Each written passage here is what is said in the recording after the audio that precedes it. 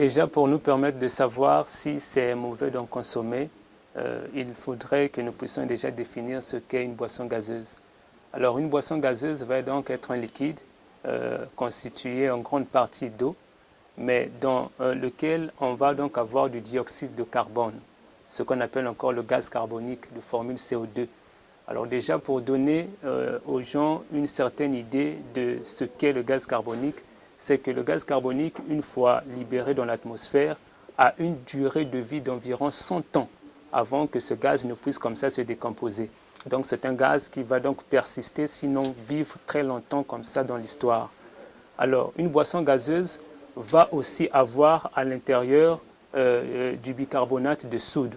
Cela va donc être un élément très important pour pouvoir quantifier le dioxyde de carbone dans le liquide. Et pour avoir comme ça du sel contenu dans une boisson gazeuse, il nous faudra obligatoirement avoir un acide et une base. Donc dans toute boisson gazeuse, dans de l'eau gazeuse, on doit comme ça avoir une forte quantité d'acide. Donc dans une boisson gazeuse, on va avoir du gaz carbonique, on va avoir une forte quantité de sel, mais on va aussi comme ça avoir de l'acide. Donc consommer une boisson gazeuse n'est pas toujours bien pour la santé et donc va comme ça être nocif pour la santé d'un individu. Alors l'eau gazeuse va comme ça avoir le même principe. On va avoir de l'acide, on va avoir du dioxyde de carbone. Cette eau gazeuse est encore appelée sous certains cieux ou non sous d'autres appellations comme étant du soda, c'est la même chose. On va aussi l'appeler de l'eau gazifiée, c'est la même chose. On va aussi l'appeler de l'eau acidifiante, c'est la même chose.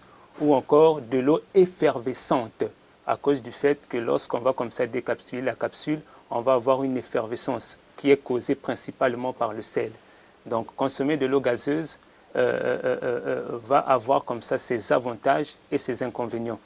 Alors pour en parler très rapidement, les avantages donc de l'eau gazeuse vont principalement tourner autour du fait que l'eau gazeuse hydrate facilement le corps humain. Donc quand on est en face d'un individu déshydraté qui a perdu une forte quantité d'eau, il est donc préférable que cet individu-là consomme de l'eau gazeuse.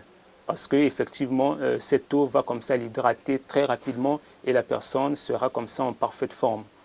Mais parmi les inconvénients de l'eau gazeuse, on va comme ça avoir le fait que l'eau gazeuse élève considérablement la tension artérielle, du fait donc que dans cette eau gazeuse, on va avoir du sel.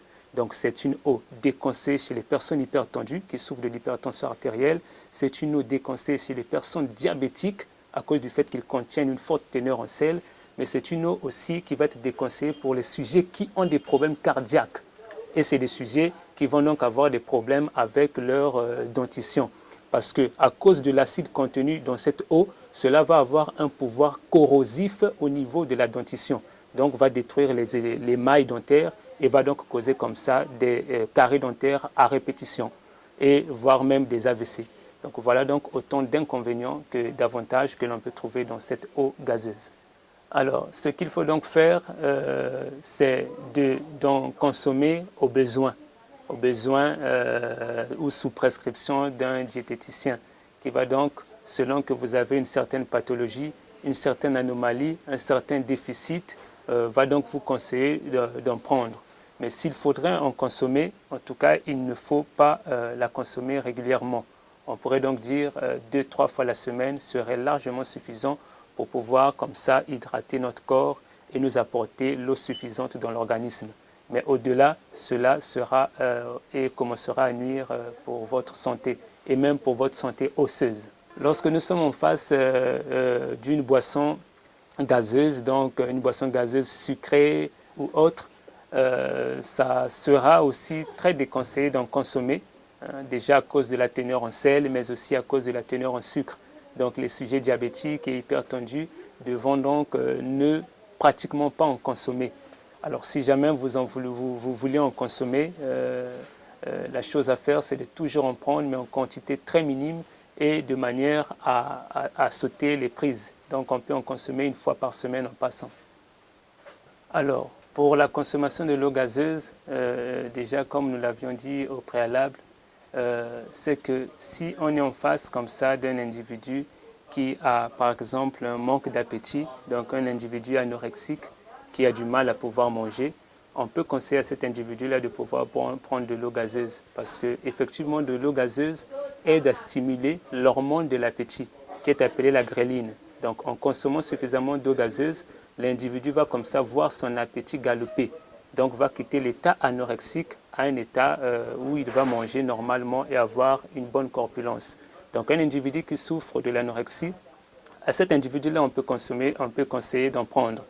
À un individu comme ça qui est déshydraté, toutefois déshydraté, qui perd de l'eau, soit à la suite d'une diarrhée alimentaire, soit à la suite d'une maladie comme ça qui déshydrate, on peut conseiller à cet individu de prendre de l'eau gazeuse parce que l'eau gazeuse hydrate facilement et rapidement.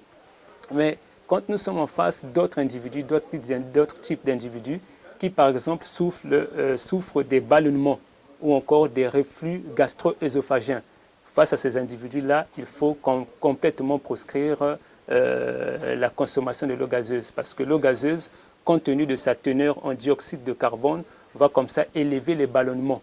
Donc une personne qui en consomme suffisamment risquera d'avoir des hoquets à répétition, risquera d'avoir des ballonnements à répétition, risquera d'avoir aussi comme ça des symptômes au niveau de son ventre.